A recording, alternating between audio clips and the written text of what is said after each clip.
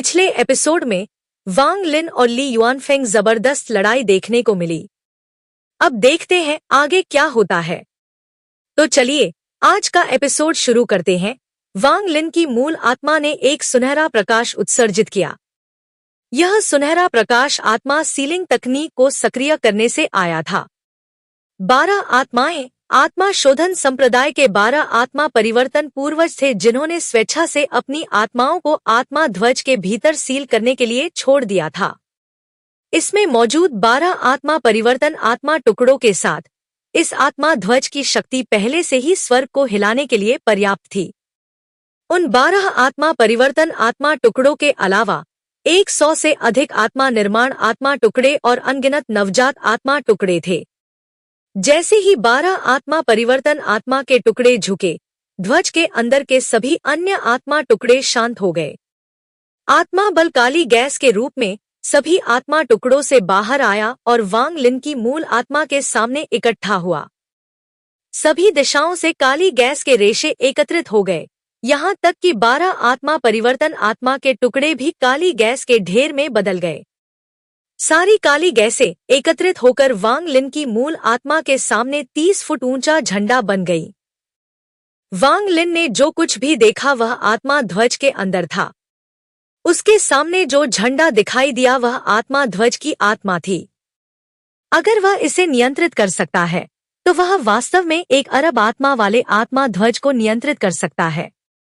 वांग लिन की मूल आत्मा ने आगे बढ़कर झंडे को पकड़ लिया। अचानक उसे लगा कि उसका शरीर कांप रहा है और फिर उसकी मूल आत्मा उसके शरीर में वापस आ गई। आत्मा शोधन पर्वत के शीर्ष पर वांग लिन ने अपनी आंखें खोलीं और पाया कि उसके सामने कुछ भी नहीं था, लेकिन वह अपने भीतर एक बैंगनी और सुनहरे झंडे को महसूस कर सकता था, जिसे उसकी मूल आत्मा द्वारा परिष्कृत किया जा रहा था। विशाल दानव कबीले के पूर्वज, यह एक ऐसी आपदा होगी जिससे बच पाना आपके लिए मुश्किल होगा। वांग लिन की आंखें चमक उठीं और वह आत्मा शोधन संप्रदाय से गायब हो गया।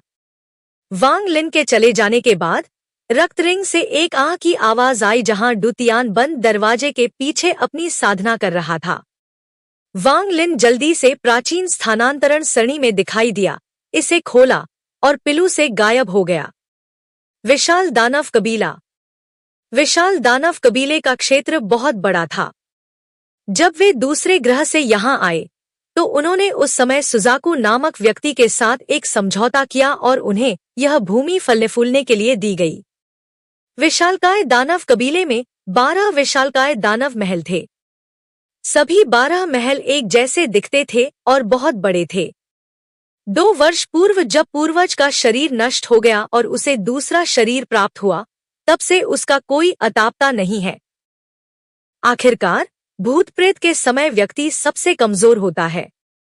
यही कारण है कि पूर्वज ने बंद दरवाजे पर अपनी साधना का स्थान 3 बार बदला। इस दिन चीहू तीसरे महल के अंदर बैठा था। उसके हाथ में जेड का एक टुकड़ा था। उसका चेहरा पीला और उलझन से भरा हुआ था। सेंग न्यू ने जू यू के ली युआनफेंग को मार डाला। उसके बारे में मेरी समझ के अनुसार मुझे लगता है कि उसका अगला लक्ष्य पूर्वज होगा। अगर वह आता है तो इसका मतलब है कि वह आश्वस्त है। मुझे क्या करना चाहिए? यद्यपि पूर्वज गलत है, वह विशाल दानव कबीले की आशा है। उसने जो कुछ भी किया है वह विशाल दानव कबीले के भविष्य के लिए था। लेकिन सेंग न्यू मुझे एक सच्चा दोस्त मानता है। चीहू ने कड़वाहट से अपना सिर हिलाया। उसकी आंखें उलझन से भरी थी। वांग लिन विशाल दानव कबीले के किनारे पर दिखाई दिया। वह विशाल दानव कबीले में प्रवेश करने की जल्दी में नहीं था। इसके बजाय उसने सीमा पर एक गुफा बनाई और एक संरचना बनाने के लिए अपने बैग में विभिन्न सामग्रियों का उपयोग करना शुरू कर दिया। इस संरचना का एकमात्र उद्देश्य प्रकाश स्तंभ के रूप में कार्य करना था। यह वही था जो वांग लिन ने विशालकाय दानव कबीले के पूर्वज की रक्त रेखा शक्ति से निपटने के लिए सोचा था। भले ही उसे अंतरिक्ष में टेलीपोर्ट किया गया हो, वह इस संरचना का उपयोग एक बीकन के रूप में कर सकता था ताकि वह वापस लौट सके और अंतरिक्ष में खो न जाए। यह ऐसा था जैसे उसने स्वयं को रस्सी से बांध लिया हो, इसलिए यदि वह टेलीपोर्ट भी हो जाए तो वह बहुत दूर टेलीपोर्ट नहीं होगा और वापस आने का रास्ता ढूंढ सकेगा। यह उस जेड से बना था जिसे डुतियान ने उसके लिए छोड़ा था। वांग लिन ने इसका अध्ययन किया और इसमें कुछ बदलाव करके इसे और भी जटिल बना दिया।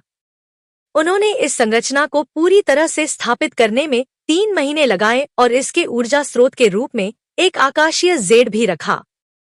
फिर उन्होंने इसकी सुरक्षा के लिए क्षेत्र के चारों ओर अनगिनत प्रतिबंध लगा दिए।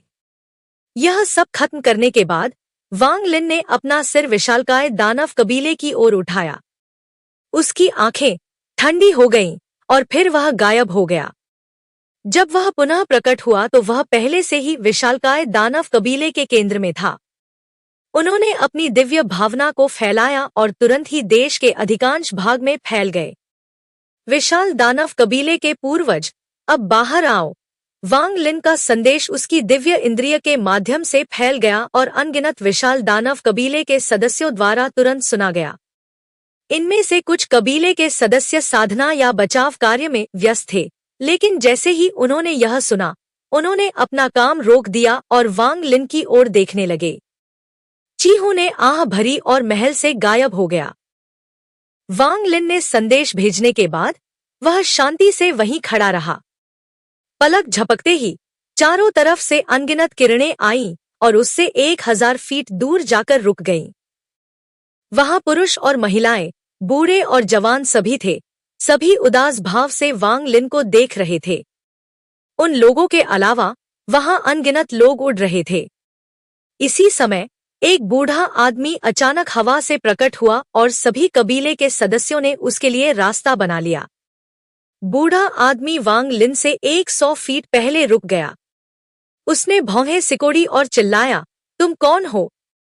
वांग लिन की निगाहें बिजली की तरह चमक रही थी जब उसने बूढ़े आदमी को देखा और कहा, सेंगन्यू।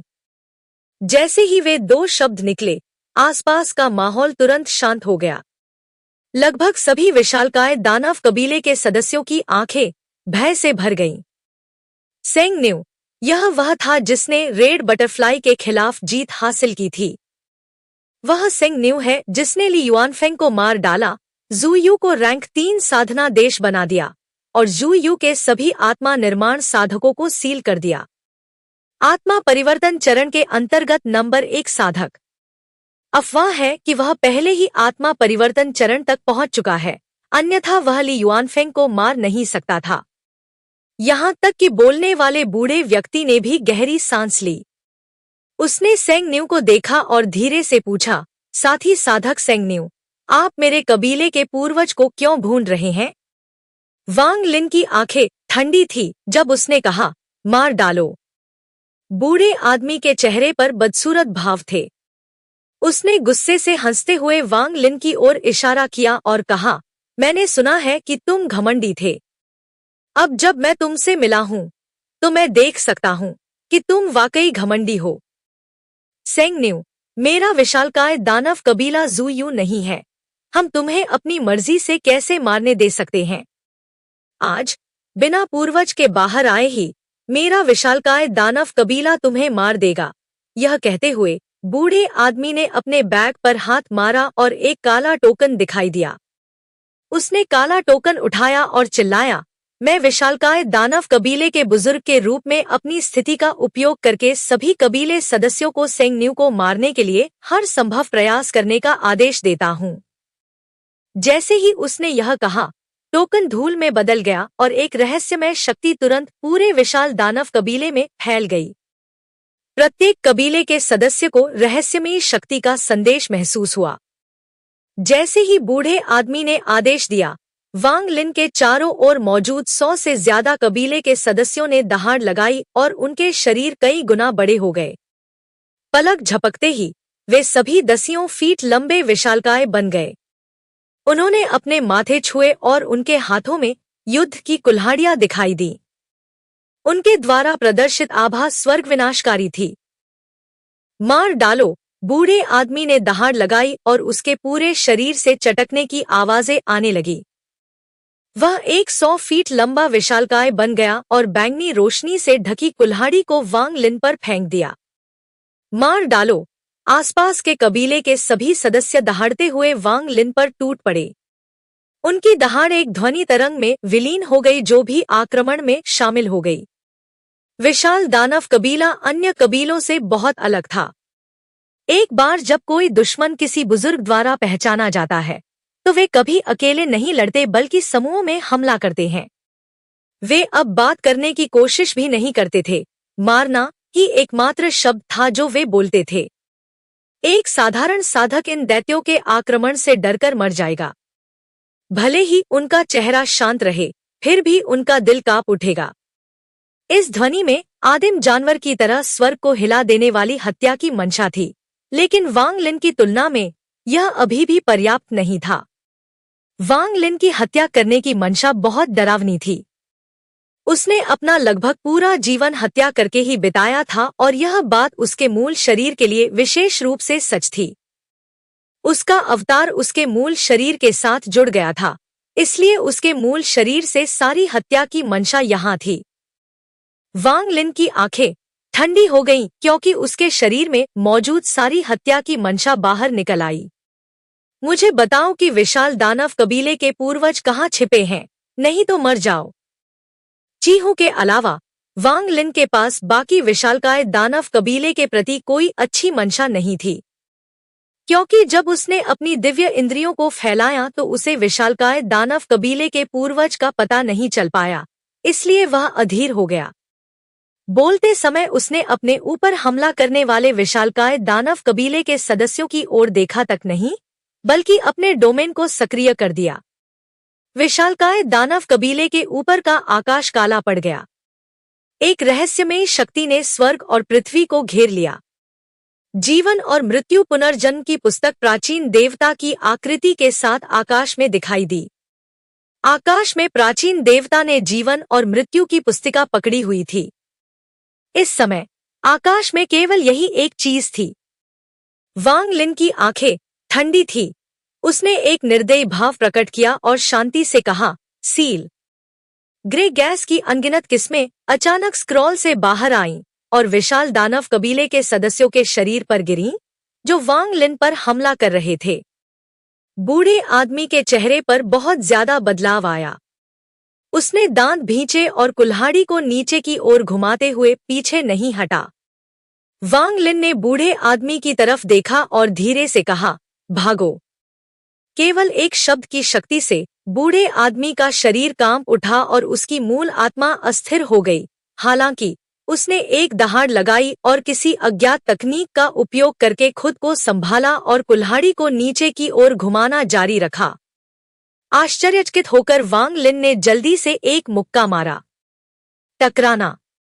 बूढ़े आदमी को खून की खांसी हुई और वह कई फीट पीछे गिर गया। फिर वह कबीले के दूसरे सदस्य से टकराया। उस सदस्य को भी खून की खांसी हुई और वे दोनों 100 फीट से ज्यादा पीछे गिरे। फिर आखिरकार वे रुके। इसी समय ग्रे गैस की 2 धाराएं उन दोनों को पकड़कर उनके शरीर में प्रवेश कर गईं। सेंग न्यू, रुको! इस समय दूर से दर्द से भरी एक आवाज आई। वांग लिन ने अपना सिर उठाया और उसके चेहरे की ठंडक कम हो गई। चीहू। चीहू की आकृति बिजली की तरह तेजी से आगे बढ़ी और उन शब्दों को सुनते ही तुरंत वहां पहुंच गई। उसने अपने आसपास के कबीले के सदस्यों को देखा, जिनके माथे पर एक हल्का और एक गहरा निशान था। चीहू केवल बहुत ही कम आध्यात्मिक ऊर्जा उतार चढ़ाव को ही पहचान सकता था। यह स्पष्ट था कि उनकी साधना पहले ही बंद हो चुकी थी। इन 100 से अधिक कबीले के सदस्यों ने बहुत ही भद्दे भाव प्रदर्शित किए, जिनमें आश्चर्य भी शामिल था। यद्यपि उन्होंने पहले ही इसके बारे में सुना था, लेकिन इसे स्वयं अनुभव करने से उन्हें बहुत कड़वाहट महसूस हुई। चीहू ने जटिल भाव से वांग लिन को देखा और ऊंची आवाज में पूछा, सेंगन्यू, क्या तुम मुझे, चीहू को, अपना मित्र मानते हो? वांग लिन ने चीहू की ओर देखा और सिर हिलाया। मेरे जीवन में ज्यादा दोस्त नहीं है, लेकिन तुम, चीहू, एक दोस्त मानी जा सकती हो। चीहू ने वांग लिन को घूरते हुए कहा, सेंगन्यू, अगर तुम मुझे, चीहू को, अपना दोस्त मानते हो तो तुरंत विशालकाय दानव कबीले को छोड़ दो। वांग लिन ने थोड़ा सोचा। थोड़ी देर बाद उसने धीरे से कहा, चीहू, क्या तुम जानती हो कि मैंने अभी तक विशाल दानव कबीले में एक भी व्यक्ति को क्यों नहीं मारा है? अगर तुम नहीं होती तो मैं उन्हें नहीं छोड़ता। जैसे ही दोनों ने बात की और भी अधिक विशाल दानव कबीले के सदस्य आ गए और उन्हें घेर लिया।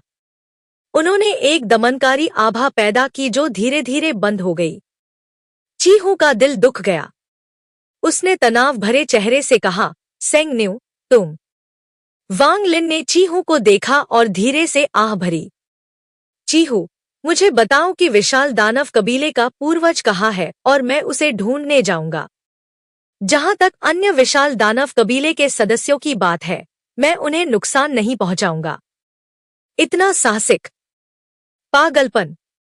आसपास के विशालकाय दानव कबीले के सदस्यों की ओर से अनगिनत गालियां आने लगी।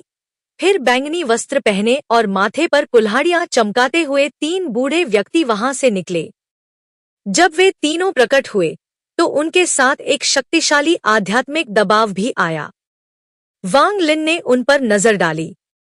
वे तीनों ही आत्मा निर्माण के अंतिम चरण के शिखर पर थे। उनके अंदर दिव्य आध्यात्मिक ऊर्जा के निशान भी थे। वे स्पष्ट रूप से आत्मा परिवर्तन चरण को पार करने के कगार पर थे।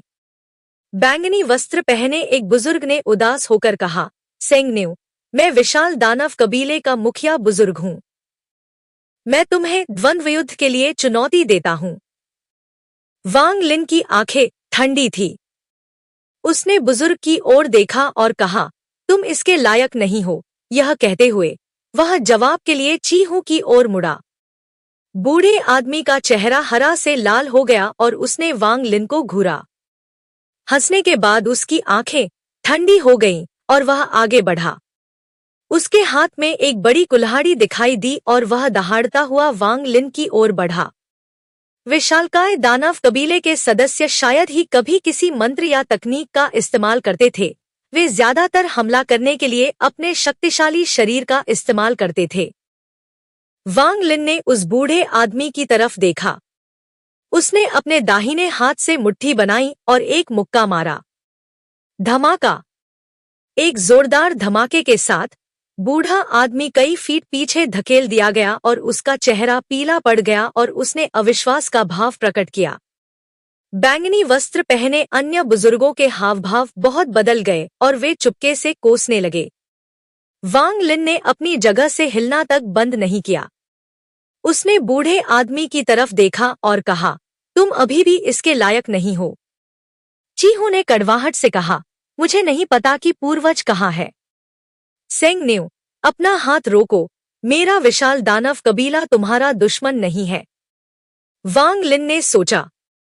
बहुत देर तक सोचने के बाद उसने आसमान की ओर देखा और फिर चीहू की ओर इशारा किया। चीहू, अपने पूर्वज से कहो कि मेरी उड़ने वाली तलवार लौटा दे और मैं तुरंत चला जाऊंगा। चीहू ने चुपके से आह भरी। उसने वांग लिन को देखा और अपने दिल में कोई विकल्प चुनने की कोशिश कर रहा था। कुछ ही देर बाद उसने निराश होकर कहा, कोई नहीं जानता कि पूर्वज कहाँ है, लेकिन एक बार जब हम स्वर्ग मार्ग संरचना खोलेंगे तो हम पूर्वज से संपर्क कर सकते हैं। सेंगन्यू, एक बार जब तुम्हारे पास दिव्य तलवार आ जाए तो तुम्हें जल्दी से चले जाना चाहिए। वांग लिन ने चीहू की ओर देखा और धीरे से सिर हिलाया। बैंगनी वस्त्र पहने तीनों बुजुर्ग चुप रहे। वे पूर्वज के अलावा कबीले के 3 सबसे मजबूत सदस्य थे। अगर वे वांग लिन का विरोध नहीं कर सकते थे तो कबीले के अन्य सदस्यों के बारे में बात करने की कोई जरूरत नहीं थी। विशेषकर जब उन्होंने देखा कि 100 से अधिक कबीले के सदस्यों को सील कर दिया गया है तो उनके दिल तुरंत अंधेरे में डूब गए। चीहू ने अपनी आंखों में एक जटिल भाव के साथ तीनों बुजुर्गों को देखने के लिए मुड़कर कहा, तीनों बुजुर्गों, कृपया विशाल दानव कबीले के स्वर्ग मार्ग गठन को खोलें। मैं इसे जूनियर संप्रदाय मास्टर के रूप में आदेश देता हूँ। बैंगनी वस्त्र पहने तीनों बुजुर्गों ने एक दूसरे की ओर देखा और जल्दी से सिर हिला दिया। बिना किसी हिचकिचाहट के उन्होंने अपने माथे पर थपकी दी और उनके हाथों में एक बैंगनी कुल्हाड़ी दिखाई दी। पश्चिमी विशाल दानव महलों को खोलो, बुजुर्गों में से एक ने चिल्लाकर कहा। उसने अपने हाथ में पकड़ी कुल्हाड़ी हवा में फेंकी और आध्यात्मिक ऊर्जा की किरणें फेंकी। विशालकाय दानव कबीले की जमीन अचानक हिलने लगी और आकाश को चीरता हुआ प्रकाश का एक काला स्तंभ विशालकाय दानव कबीले के पश्चिमी भाग में प्रकट हुआ। इससे आध्यात्मिक ऊर्जा की एक शक्तिशाली लहर फैलने लगी। उसी समय पूर्व दिशा में प्रकाश का एक काला स्तंभ प्रकट हुआ। यह अभी खत्म नहीं हुआ। काली रोशनी के 2 खंभे दिखाई देने के बाद जल्द ही तीसरा खंभा भी दिखाई दिया। जमीन और भी ज्यादा हिलने लगी और जमीन पर अनगिनत दरारें फैल गईं। तीनों स्तंभों से आध्यात्मिक ऊर्जा की लहरें फैलती हैं। दक्षिणी विशाल दानव महलों को खोलो, उत्तरी विशाल दानव महलों को खोलो। अन्य 2 बैंगनी वस्त्रधारी वृद्धों ने भी लगभग पहले वाले के समान ही चिल्लाया और अपनी कुल्हाड़ियां भी हवा में फेंकी। उत्तर और दक्षिण में अचानक गड़गड़ाहट शुरू हो गई और कुल 6 और काले खंभे दिखाई देने लगे। इस समय एक रहस्यमय ध्वनि सभी दिशाओं में गूंजने लगी। पब फ्यूचर द्वारा विज्ञापन। चीहू ने वांग लिन की ओर देखा। उसने अपने दांत भींचे और कहा, पूर्वी विशाल दानव महलों को खोलो। जैसे ही उसने यह कहा, पूर्व दिशा से गड़गड़ाहट की आवाज सुनाई देने लगी और 3 काले खंभे प्रकट हो गए। अगर कोई ऊपर से देखे तो पूरा विशालकाय दानव कबीला 12 खंभों से निकलने वाली काली रोशनी से पूरी तरह ढका हुआ था। प्रत्येक दिशा में 3 खंभों के साथ यह एक स्वर्गीय जेल जैसा लग रहा था। इस समय जैसे ही 12 खंभे आसमान में उठे, वांग लिन के चारों ओर के सभी कबीले के सदस्य पैर मोड़कर बैठ गए और बड़बड़ाने लगे। उनकी आवाजें बहुत ही अजीब तरीके से आपस में मिल गईं और एक अंतहीन अभिशाप की तरह फैलने लगी। इस समय विशाल दानव कबीले के सदस्य जो अभी तक नहीं पहुंचे थे, चाहे वे क्यूई संक्षेपण चरण या आत्मा गठन चरण में थे, सभी रुक गए और इस अजीब गीत को प्रतिध्वनित करना शुरू कर दिया। ऐसा लग रहा था जैसे यह गीत ही इस दुनिया में एकमात्र ध्वनि रह गई है। 12 काले खंभों से काली रोशनी निकल रही थी और इस अजीब गीत की प्रतिक्रिया में काली रोशनी और भी अधिक तीव्र हो गई। वांग लिन की आंखों में उदासी के भाव थे। उसने चीहू की आंखों में संघर्ष देखा। हालांकि उसका किसी से बहुत कम रिश्ता था और वह चीहू को अपना दोस्त मानता था। 5000 किलोमीटर के दायरे में वह और चीहू ही खड़े थे। बाकी सभी लोग पैर मोड़कर बैठे हुए उस अजीब गाने को गा रहे थे। चीहू ने जटिल भाव से वांग लिन को देखा और कड़वाहट से कहा, सेंग न्यू, मैंने तुम्हें निराश किया। हालांकि पूर्वज मेरे विशालकाय दानव कबीले की आशा है और कनिष्ठ संप्रदाय गुरु के रूप में यह मेरा कर्तव्य है। पूर्वज के शरीर के साथ भी वह स्वर्ग मार्ग संरचना से 8 वार का सामना नहीं कर सकता। तुम्हारा शरीर मेरे विशालकाय दानव कबीले के सदस्यों के शरीर जितना मजबूत नहीं है, इसलिए बचने की कोई संभावना नहीं है। उसने अपना दाहिना हाथ उठाया और वांग लिन की ओर इशारा किया। पूरे विशालकाय दानव कबीले को घेरने वाला अजीब गाना अचानक और भी तेज और तीव्र हो गया। 12 काले खंभे अचानक कांपने लगे और बहुत तेजी से वांग लिन की ओर बढ़ने लगे, जो केंद्र में था। वांग लिन ने आह भरी। उसने चीहू की ओर देखा और विनम्रता से कहा, चीहू, स्वर्गीय क्षेत्र में जो कुछ हुआ उसके लिए तुम मुझ पर एहसानमंद हो और 2 साल पहले से मैं तुम्हारा एहसानमंद हूं। दोनों मामलों पर बराबर विचार करो। चीहू की आंखें गहरी हो गईं। यह सच है, हम बराबर हैं। वांग लिन ने अपना सिर उठाकर चारों तरफ से आ रहे 12 काले खंभों को देखा और हंस पड़ा। चीहू, क्या तुम सच में सोचते हो कि यह स्वर्ग मार्ग संरचना मुझे मार सकती है? मेरे लिए टूट जाओ। वांग लिन की आंखें चमक उठीं। वह अचानक काले खंभों में से एक के सामने आया और एक मुक्का मारा। धमाका! काला खंभा अचानक टूट गया, जिससे एक शक्तिशाली बल पैदा हुआ। वांग लिन का शरीर कई फीट पीछे धकेल दिया गया और उसकी दाहिनी मुट्ठी से खून बहने लगा। पहला खंभा। वांग लिन की आंखें चमक उठीं। ली युआनफेंग के साथ लड़ाई के दौरान वह 3 सितारा प्राचीन देवता के शरीर की पूरी शक्ति का उपयोग करने में सक्षम नहीं था। इस समय उसकी आंखें युद्ध के इरादे से भरी हुई थी। उसने अपनी दाहिनी मुट्ठी से खून चाटा और अगले खंभे की ओर बढ़ गया। एक धमाके के साथ दूसरा खंभा अचानक ढह गया। वांग लिन ने हंसते हुए कहा, दूसरा खंभा। उसकी आकृति एक बार फिर घूमी और दूसरे खंभे के पास दिखाई दी। काले खंभों के कारण आकाश में अनगिनत दरारें पड़ गई थी। टूटने से पहले वह अपनी सीमा पर पहुंच रहा था। धमाका, धमाका, धमाका, धमाका। वांग लिन पागलों की तरह हंसने लगा। वह फिर से आगे बढ़ा और एक और खंभा चकनाचूर कर दिया। हर बार जब वह एक खंभा तोड़ता तो उसकी मुट्ठी से खून बहने लगता और वह खून को चाट जाता। वर्तमान वांग लिन बहुत ही भयंकर था। हंसते हुए उसने चिल्लाया, 8वां खंभा। उसके कपड़े फटे हुए थे, जिससे उसका सुडौल शरीर का ऊपरी हिस्सा दिखाई दे रहा था, जिसमें छोटी छोटी दरारें थी। उसके माथे पर लगे 3 तारे तेजी से घूम रहे थे, जिससे कोई भी यह नहीं देख पा रहा था कि वहां क्या है। विशालकाय दानव कबीले का गाना और भी तेज और अजीब हो गया। उनके शरीर अब स्थिर नहीं थे, बल्कि एक पैटर्न में आगे पीछे लहरा रहे थे। चीहू ने अविश्वास का भाव प्रकट किया। विशाल दानव कबीले में पूर्वज के अलावा कोई भी 8 खंभों का सामना नहीं कर सकता था, और यही पूर्वज की सीमा थी। बेशक यह तब था जब वह केवल अपने शरीर का उपयोग कर रहा था। अगर पूर्वज मंत्रों का उपयोग करते तो वह सभी 12 खंभों का सामना कर सकता था, लेकिन घायल हो जाता। वांग लिन ने दहाड़ लगाई और बिजली की तरह आगे बढ़ा और उसने और घून से बरसाए। उसने एक पंक्ति में 3 खंभे तोड़ दिए। वर्तमान वांग लिन एक आदिम दानव देवता की तरह था।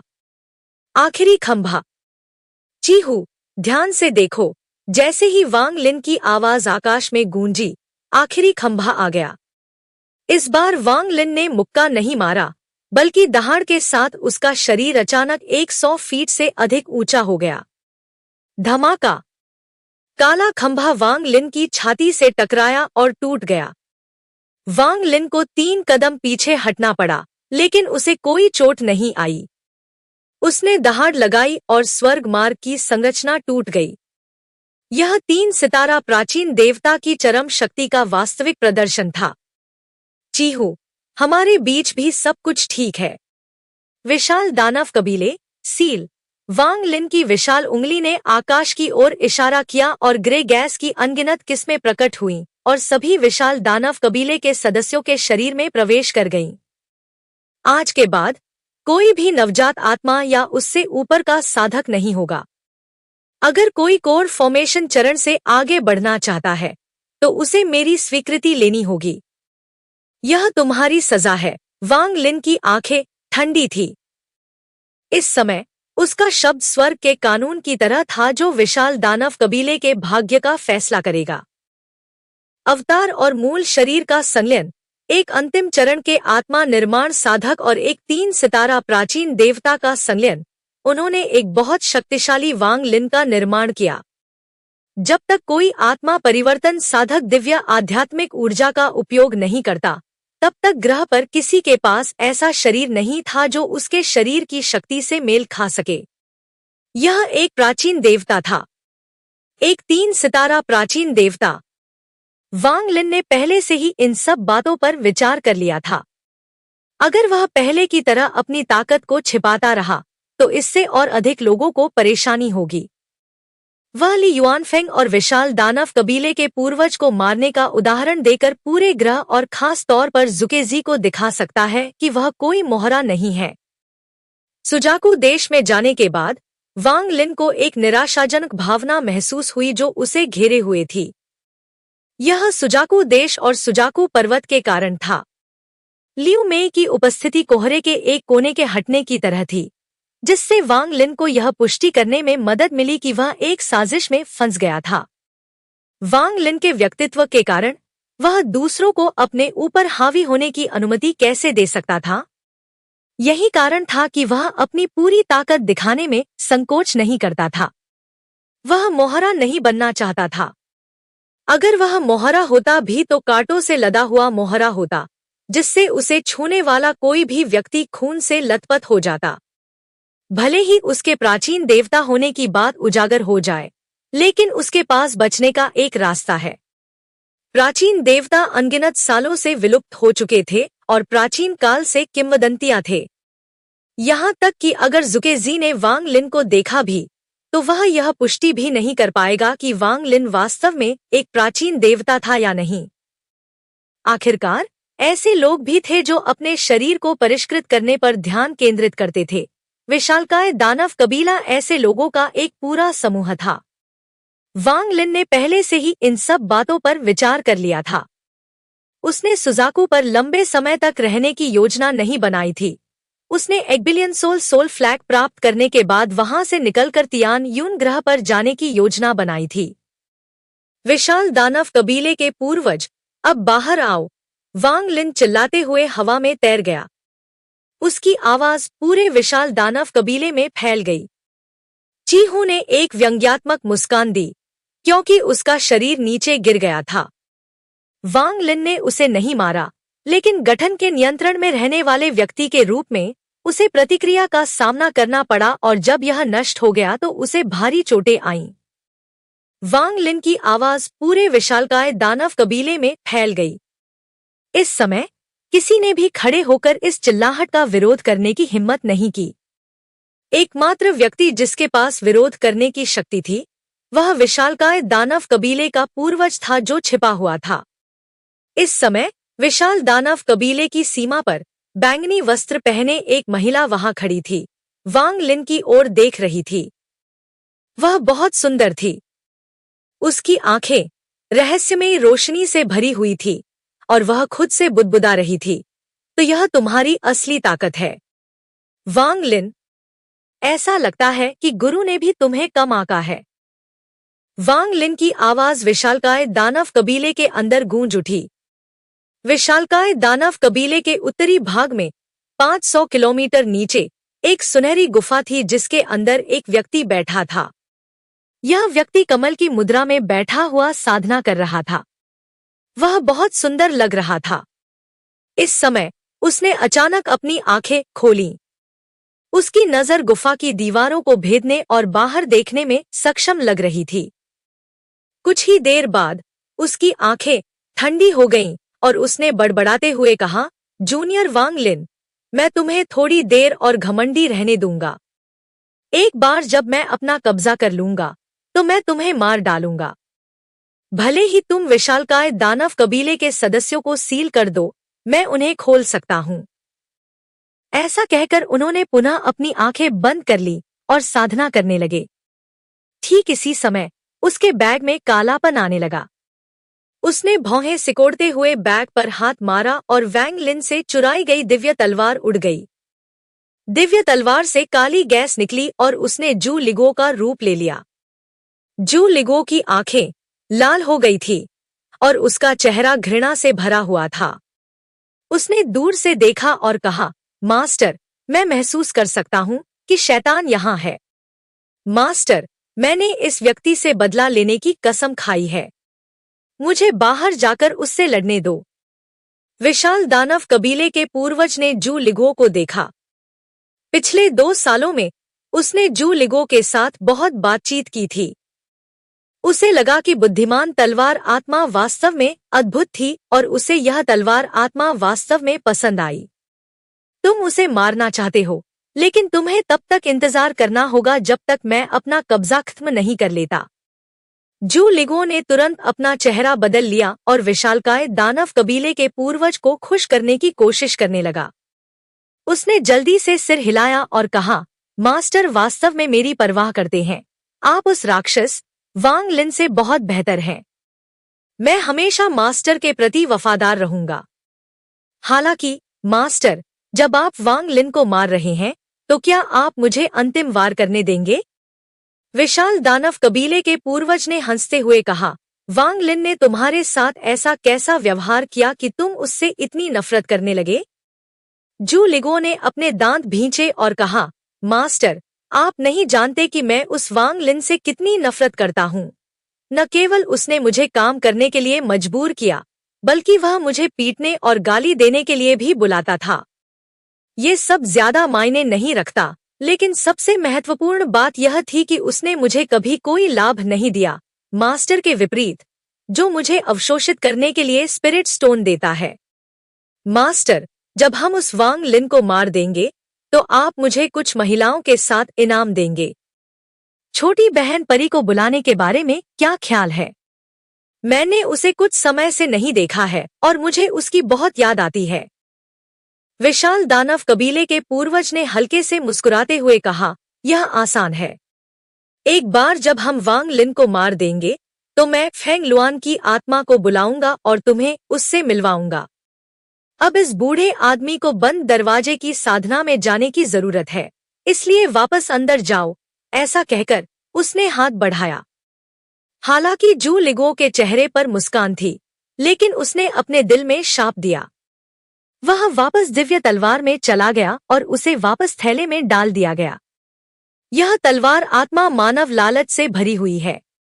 यह वास्तव में बहुत रहस्यमय है, लेकिन इससे उसे नियंत्रित करना भी आसान हो जाता है। मैं उसे आत्मा पत्थर और महिला साधक दे सकता हूँ, इसलिए मुझे विश्वास नहीं है कि वह मुझे धोखा देगा। इसके अलावा यह तलवार आत्मा फेंग लुआन की आत्मा से ग्रस्त लगती है। मेरे हाथों में होने के कारण वह मुझसे बच नहीं पाएगी। विशाल दानव कबीले के पूर्वज ने एक बार फिर साधना करने के लिए अपनी आंखें बंद करते हुए उपहास किया। फेंग लुआन की आत्मा उस खजाने की आत्मा थी जो उसे एक दिन गलती से प्राप्त हुई थी। यह आत्मा बहुत सुंदर थी और कामुकता से भरी हुई थी। जब वह पहली बार उससे मिला तो वह उस समय अपने कम साधना स्तर के कारण लगभग मंत्रमुग्ध हो गया था। सौभाग्य से यह आत्मा क्षतिग्रस्त थी, इसलिए वह उस विपत्ति से बचने में सक्षम था और आज तक वह अभी भी उससे डरता है। दिव्य तलवार प्राप्त करने के बाद उसने पाया कि जू लिगो बहुत रहस्यमयी थी और इसलिए तलवार की आत्मा को पूरी तरह से नियंत्रित करने के लिए उसने फेंग लुआन की आत्मा को बुलाया। जैसा कि उसने उम्मीद की थी, जू लिगो भूखे भेड़िए की तरह आत्मा पर कूद पड़ा और पूरी तरह से उसके द्वारा मोहित हो गया। वांग लिन ने विशालकाय दानव कबीले के ऊपर आसमान में कुछ देर तक इंतजार किया। विशालकाय दानव कबीले के पूर्वज को न देख पाने के बाद उसके चेहरे पर उदासी छा गई। विशालकाय दानव कबीला बहुत बड़ा था और उसमें कई पहाड़ थे। अगर वह वास्तव में छिपना चाहता तो उसे ढूंढना बहुत मुश्किल होता। वांग लिन ने पूर्व की ओर देखा और विशालकाय दानव कबीले का सबसे ऊंचा पहाड़ देखा। किसी कारण से उसे उस पहाड़ से एक रहस्यमयी शक्ति आती हुई महसूस हुई। जैसे ही वह इसकी जांच करने वाला था, अचानक उसकी आंखें गंभीर हो गईं। उसने उत्तर की ओर देखा और हल्की सी मुस्कान बिखेरी। जू लिगो। वांग लिन का शरीर गायब हो गया और वह उत्तर की ओर बढ़ गया। वह 3 सितारा प्राचीन देवता के शरीर के साथ उड़ रहा था, इसलिए वह बिजली की तरह तेजी से आगे बढ़ रहा था। केवल कुछ टेलीपोर्ट के साथ वह विशाल दानव कबीले के उत्तरी भाग में पहुंच गया। ऊपर से देखने पर यह एक घास का मैदान था। वांग लिन की आंखें तेज थी। जैसे ही उसने अपनी दिव्य इंद्रिय को फैलाया, उसे लगा कि कुछ गड़बड़ है। लगभग 500 किलोमीटर की गहराई पर एक पतली सी दीवार थी जो उसके ऊपर से गुजरने पर उसकी दिव्य इंद्रिय को धीरे से पुनर्निर्देशित कर देती थी। अगर वह इतना नजदीक नहीं होता तो वह इसका पता नहीं लगा पाता। चेहरे पर व्यंग्यात्मक भाव लिए वांग लिन ने दहाड़ लगाई, मुट्ठी बनाई और जमीन पर जोर से पटक दिया। धमाका! धरती के हिलने की एक जोरदार आवाज गूंजी और धरती में एक दरार पड़ गई। यह दरार चारों तरफ फैल गई और बहुत तेजी से जमीन के अंदर भी फैल गई। भूमिगत सतह से काफी देर तक चटकने की आवाजें आती रहीं, फिर अंततः यह शांत हो गई। वांग लिन की आंखें ठंडी हो गईं और उसने एक और चीख मारी और जमीन पर मुक्का मारा। हिंसक आघात की लहर तेजी से जमीन के नीचे फैल गई। धरती के टूटने की आवाज ड्रैगन की दहाड़ जैसी थी। विशाल दानव कबीले के पूर्वज, अब बाहर आओ, वांग लिन चिल्लाया और फिर उसने एक और मुक्का मारा। धमाका! इस प्रहार से मैदान तुरंत ढह गया, जिससे एक बड़ा छेद बन गया और फिर एक हरे रंग की आकृति अचानक भूमिगत से बाहर निकली। सेंग न्यू, यह व्यक्ति अधेड़ उम्र का था, लेकिन उसकी आंखों से उसकी उम्र का पता नहीं चल रहा था। उसने वांग लिन की ओर देखा और चिल्लाया, मैं पहले तो तुमसे निपटना नहीं चाहता था, लेकिन जब से तुम आए हो, यह स्पष्ट है कि तुम मौत की तलाश में हो।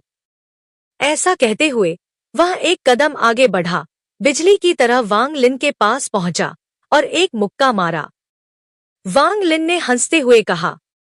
वह पीछे नहीं हटा, बल्कि विशालकाय दानव कबीले के पूर्वज के मुक्का का जवाब देने के लिए मुक्का मारा।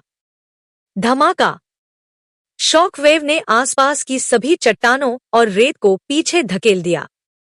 विशाल दानव कबीले के पूर्वज को दसियों फीट पीछे धकेल दिया गया और उसकी दाहिनी मुट्ठी की हड्डियों में दरारें दिखाई दी। उसका चेहरा अविश्वास से भर गया। वांग लिन का शरीर बस कुछ कदम पीछे हटा और उसका हाथ थोड़ा कांपने लगा। उसे लगा कि कोई शक्तिशाली शक्ति उसके शरीर में प्रवेश कर रही है और उसे चीरने की कोशिश कर रही है, लेकिन उसकी मूल आत्मा ने उसे तुरंत ही नष्ट कर दिया। विशालकाय दानव कबीले की शरीर शोधन तकनीक वास्तव में रहस्यमय है। वांग लिन एक बार फिर विशाल दानव कबीले के पूर्वज की ओर बढ़ा। विशाल दानव कबीले के पूर्वज ने अपने दिल में शाप दिया। उसका कब्जा पूरा नहीं हुआ था, इसलिए वह अपनी शक्ति का केवल 80% ही इस्तेमाल कर सकता था। लेकिन 80% पर भी उसके शरीर की ताकत इतनी भयानक थी कि वह कुछ खजानों से भी नहीं डरता था। लेकिन अभी जब उसने वांग लिन के साथ मुक्का मारा, तो उसके शरीर की सबसे कठोर हड्डियां टूट गई थी। वह चौंक कैसे नहीं सकता था। तुम्हारी साधना पद्धति क्या है? विशाल दानव कबीले के पूर्वज ने उदास भाव से तुरंत पीछे हटकर कहा। हालांकि वांग लिन बहुत तेज था, वह पहले ही एक और मुक्का लेकर उसके पास पहुंच चुका था। इस मुक्के ने एक ऐसा दबाव बनाया जिसने उसे अपनी जगह पर जकड़ लिया। कहीं से भी पतली रेखाएं प्रकट हुईं और उसे घेरने की कोशिश की। विशाल दानव कबीले के पूर्वज की आंखें चमक उठीं।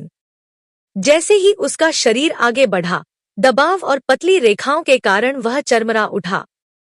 वह हवा में उछला और वांग लिन के मुक्के का जवाब देने के लिए एक किक का इस्तेमाल किया। टकराना! एक और धरती हिला देने वाली ध्वनि पूरे विशालकाय दानव कबीले में गूंज उठी। विशालकाय दानव कबीले के पूर्वज का चेहरा लाल हो गया। उसने प्रभाव की ताकत का इस्तेमाल करके जल्दी से पीछे हट गया। वांग लिन को अपनी दाहिनी मुट्ठी में दर्द महसूस हुआ। वह कुछ कदम पीछे हट गया और फिर आखिरकार रुक गया। वांग लिन ने गहरी सांस ली। इस विशालकाय दानव कबीले के पूर्वज ने अपना कब्जा पूरा नहीं किया था और फिर भी उसका शरीर लगभग 3 सितारा प्राचीन देवता के बराबर था। अगर वह अपना कब्जा पूरा करने में सक्षम होता, तो उसका शरीर 3 सितारा प्राचीन देवता से लगभग कमजोर नहीं होता। विशाल दानव कबीले के पूर्वज का चेहरा वास्तव में उदास था। जब उसने वांग लिन को 12 खंभों को नष्ट करते देखा, तो उसने प्रकट न होने का फैसला किया। हालांकि अब जब वांग लिन ने उसे पा लिया था, तो उसके पास लड़ने के अलावा कोई विकल्प नहीं था। वांग लिन ने विशालकाय दानव कबीले के पूर्वज को घूरकर देखा और एक बार फिर आगे बढ़ गया। विशालकाय दानव कबीले के पूर्वज ने दहाड़ लगाई क्योंकि उसका शरीर बड़ा हो गया और वह 100 फीट से भी ज्यादा लंबा हो गया। बिना किसी हिचकिचाहट के उसने दिव्य आध्यात्मिक ऊर्जा का इस्तेमाल किया और उसके शरीर में एक सुनहरी रोशनी फैल गई। ली युआनफेंग जितनी दिव्य आध्यात्मिक ऊर्जा का इस्तेमाल कर सकता था, उसकी तुलना उससे नहीं की जा सकती थी। आखिरकार विशालकाय दानव कबीले के पूर्वज अपने दम पर आत्मा परिवर्तन के शुरुआती चरण में पहुंच गए थे। यह बूढ़ा आदमी दिव्य आध्यात्मिक ऊर्जा का उपयोग नहीं करना चाहता था क्योंकि यह मेरे कब्जे को खराब कर देगा, अन्यथा मैं तुरंत इसके साथ तुम्हें मार देता। अब जब तुमने मुझे दिव्य आध्यात्मिक ऊर्जा का उपयोग करने के लिए मजबूर किया है तो तुम बस मौत को आमंत्रित कर रहे हो। विशाल दानव कबीले के पूर्वज ने चिल्लाया और उसके शरीर पर सुनहरा प्रकाश और भी तेज हो गया। सूरज की तरह प्रकाश अंधा कर रहा था। जैसे ही उसका शरीर हिला, आकाश टूट गया, जिससे अनगिनत स्थानिक दरारें बन गईं। विनाशकारी हवा की लहरें दरारों से निकली और आसपास के क्षेत्र को ढक लिया। उन्होंने स्वर्णिम प्रकाश से भरा एक मुक्का मारा। यह मुक्का दिव्य आध्यात्मिक ऊर्जा से भरा था। यह एक प्रारंभिक चरण के आत्मा परिवर्तन साधक की पूरी शक्ति थी। सामान्य साधक अपने मंत्रों और तकनीकों में दिव्य आध्यात्मिक ऊर्जा भर देते हैं, लेकिन विशालकाय दानव कबीले के सदस्यों के लिए उनके शरीर से बेहतर कुछ भी नहीं था। इसलिए इस पंच में न केवल दिव्य आध्यात्मिक ऊर्जा थी, बल्कि इसमें विशालकाय दानव कबीले के सदस्य के शरीर की शक्तिशाली शक्ति भी शामिल थी।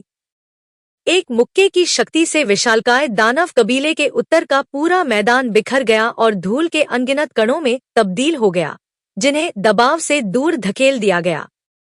वांग लिन, अपनी मृत्यु स्वीकार करो। विशाल दानव कबीले के पूर्वज भी असहाय महसूस कर रहे थे। अब जब उन्होंने दिव्य आध्यात्मिक ऊर्जा का उपयोग किया था तो इस शरीर का अब फिर से उपयोग नहीं किया जा सकता था और उन्हें दूसरा शरीर खोजना होगा।